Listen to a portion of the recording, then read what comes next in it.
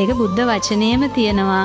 කාන්තාව උපමා කරලා තියෙනවා කළු නයෙක් හා සමානයි කියලා. කන්හ සප්ප කියන සූත්‍රේ මාතුගාම සංයුක්තය කියලා සූත්‍ර ගණනාවක් තිබෙනවා.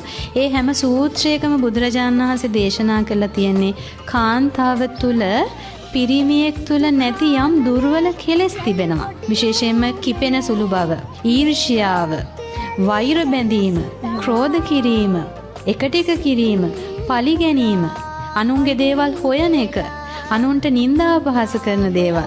මම කාන්තාවගේ හොඳ පැත්ත වගේම මේකත් කියන්න ඕනේ නේද?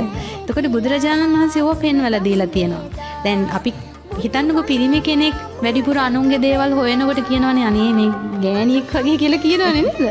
ඒ කියන්නේ ඒ වගේ දුර්වලතා තියෙන්නේ කාන්තාවක් ළඟ තමයි වැඩිපුර තියෙන්නේ කියන එක අපි අකමැත්තෙන් හරි අපි ඒක පිළිගන්නට ඕනේ.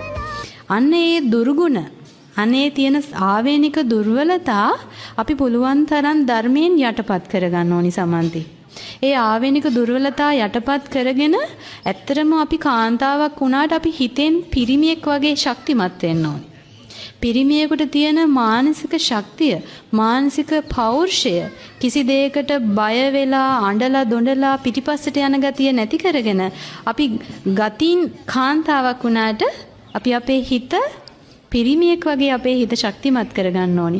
ඒකට කියනවා ධර්මයේ තුල පුරුෂභාවය වඩනවා කියලා. ඒ නිසා කවුරු හරි කැමති නම් ඊළඟ ජීවිතේ පිරිමියෙක් වෙලා උපදින්න. පිරිමි ජීවිතේ කොහොමත් නිදහස්නේ. මෙහෙණිනාස නමක් හැටියට මට ස්වාමීන් වහන්සේ නමක් වගේ ආසාවට වනාන්තරයක ගිහිලා භාවනා කරන්න බෑ. පාළු තැනකට ගිහිල්ලා ධර්ම මාර්ගය වඩන්න බෑ.